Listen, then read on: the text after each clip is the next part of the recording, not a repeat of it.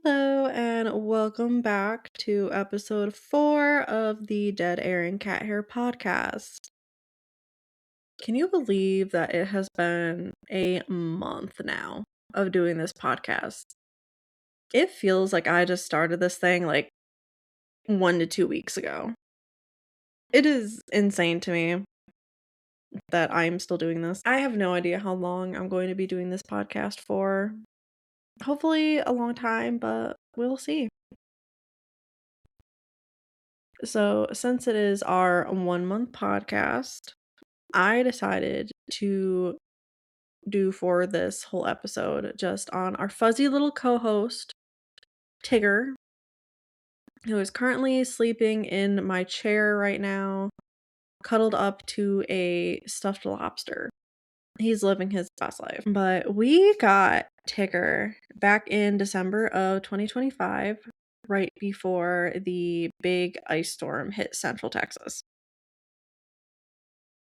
I went to a shelter here in Central Texas and had my eyes on him, but wanted to look around. I wasn't really sure.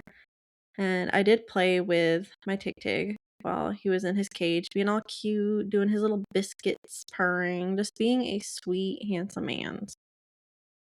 And I went home, slept on it, and then came back the next day and adopted him. He did get his first licking that day I adopted him because I went back, wanted to see if he was still there. And it's like he recognized me from the day prior and bit me because I did not take him home the day prior. And from there, his tiny little personality has just been showing. We had a giant ice storm that was coming into Central Texas. So we had many days with little Tig Tig to just learn about him, get him comfortable in the house and all that. My husband ended up out of work for like a week due to all of the ice. And I think it was about the third day in, he started to just be very, very friendly, very, very cuddly. He was just so happy. If you looked at his video online of him just doing his little biscuits at the shelter, he has these very, very sad eyes, and he does not have those at all anymore.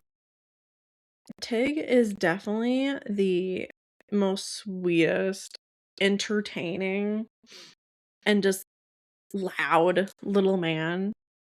He's estimated to be 3 years old, and I believe he's between 13 and 15 pounds.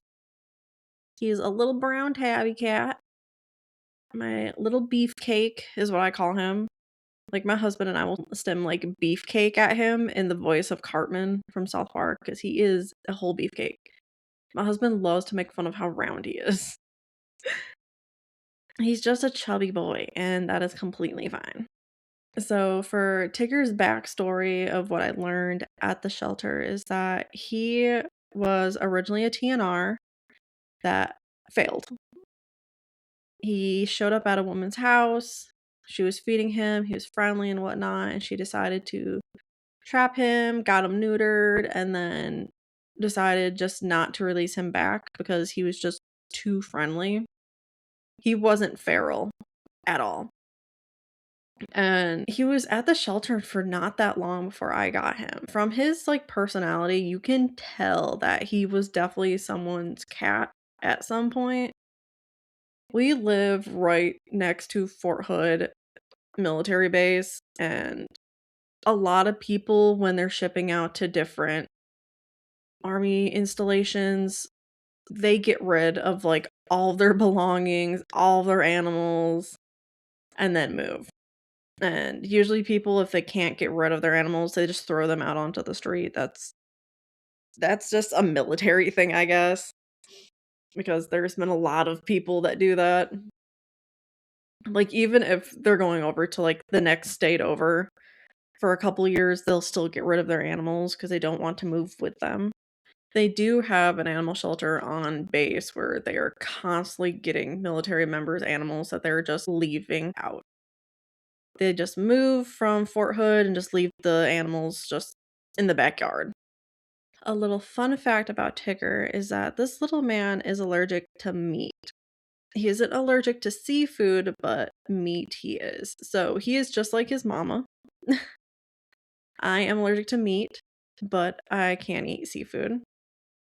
I did a little bit of trial and error with him and realized that when he's eating like meats, like chicken, turkey, stuff like that, he itches so bad. He's constantly spending his whole day just itching. It's severe. So, even though he absolutely loves meat, he cannot have it.